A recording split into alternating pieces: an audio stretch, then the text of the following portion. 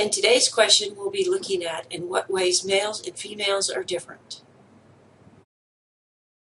To see how thoroughly American culture has naturalized gender, one need look no further than the clothing selection of most stores. The message is clear. Boys are adventuresome, active, and aggressive, while girls are nurturing, domestic, and sentimental. Why do we construct gender along these lines? One reason is the assumption that gender is equivalent to sex, the reproductive forms and functions of the body. From this perspective, people are the way they are because of biological hardwiring. Some cross-cultural generalizations can be made.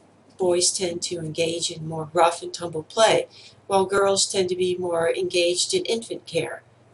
Women tend towards superior verbal skills, while men tend towards superior visual spatial skills.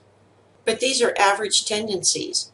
Our mistake is condensing these data into sensational headlines like, "Men have bad verbal skills." Anthropologists distinguish between biology, sex, and cultural constructed ideas about biology with the term gender, cultural expectations of how males and females should behave. For example, the association of pink with girls and blue with boys is an aspect of gender, and in fact, the association was reversed a century ago. The distinction Margaret Mead made between sex and gender is still influential in anthropology. However, the role of biology is most discernible among very young children. As children get older, cultural influences on behavior become much stronger, and it becomes difficult, if not impossible, to isolate biological influences on what it means to be male or female. Anthropologists are also moving away from assigning all traits to either sex or gender and towards more sophisticated biocultural understandings. This includes changing terminology like gender-sex systems and ideas of social patterns a society uses to organize males, females, and those who do not fit into either category. When compared to other primates, humans are moderately sexually dimorphic, a characteristic of a species in which males and females have different sexual forms. For example, we exhibit more sexual dimorphism than gibbons, but less than gorillas or orangutans. Further, males have testes, a penis, and various internal structures and hormones that support the delivery of urine and semen. Secondary effects of these hormones include deep voices, facial hair, and in some cases, pattern baldness. Females have ovaries, hormones, and an internal structure such as fallopian tubes that support the movement of ova, pregnancy, and fetal development, and whose secondary effects includes breast development and a high voice. Although sex is usually presented as a male-female dichotomy, there is a continuum of variation with and between these two categories. As many as 1.7% of live births in the United States may be intersex, individuals who exhibit sexual organs and functions somewhere between male and female elements, often including elements of both.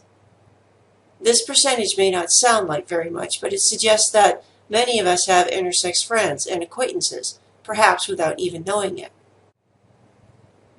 Different societies approach intersex individuals differently, some more accepting than others.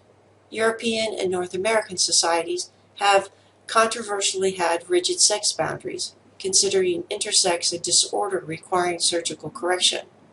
These corrections are constructed on the basis of cultural ideas about what appropriate genitalia should look like.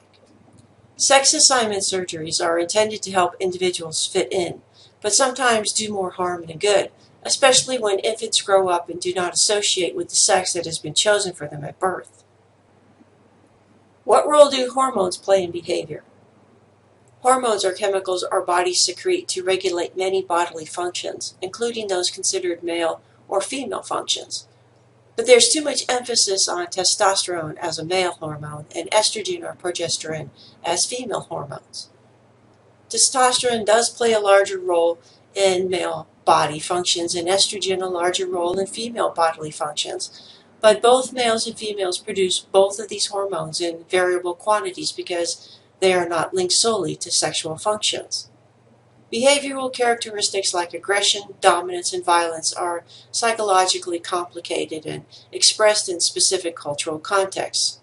In other words, testosterone does not cause generalized aggression in males, or females for that matter. Everyone has the biological potential for aggression or any other psychological state.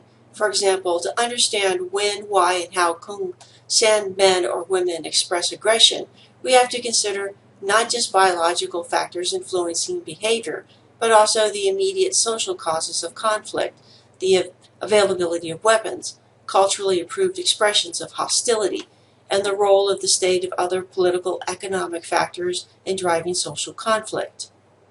Obviously, blanket statements like men are aggressive or women are nurturing completely fail to account for a true complexity.